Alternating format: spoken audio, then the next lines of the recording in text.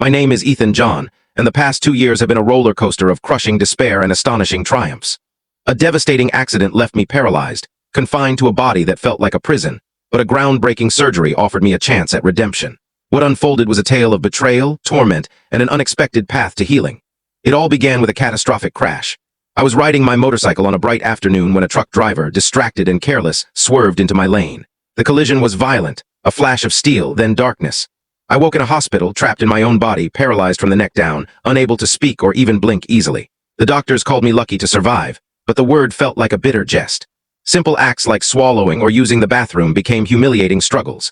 A hefty settlement from the trucking company covered my medical bills and provided a monthly stipend for my wife, Laura, and me. Financially, we were stable, especially with Laura's income as a paralegal, but no amount of money could repair my shattered spirit. After 6 months in the hospital, I returned home hoping familiarity would bring solace.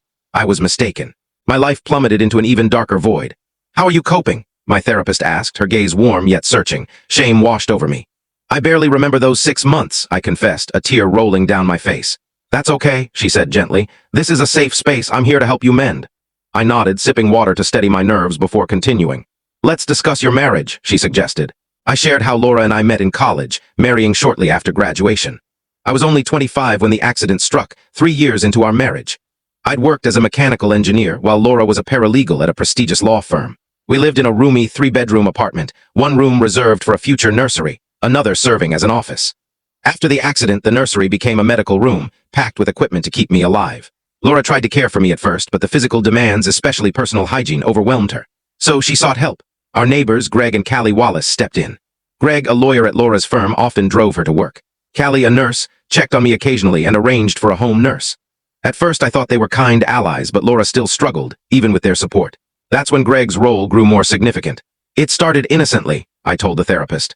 But I could sense he had feelings for Laura. She'd break down and he'd console her. I'd hear them in the living room, kissing on our sofa, then moving to our former bedroom to be together. The therapist's eyes narrowed. "And it didn't end there, did it?" I shook my head, my voice quivering. Afterward, Greg would enter my room to mock me, boasting about what he'd done with Laura. The therapist's face showed a blend of compassion and shock. "I'm sorry," I muttered. "Where was his wife during this?" she asked. "Callie worked irregular hours, often night shifts at the hospital," I explained. "She was rarely home when it happened." I took a deep breath, struggling to go on. One day, about a month later, Greg came in while Laura was in the shower. I can't," shame choked my words. "Did he harm you?" the therapist asked softly. I nodded, tears streaming. "Yes," I whispered. "How often?" she pressed. "Maybe twice a week for 4 months," I said.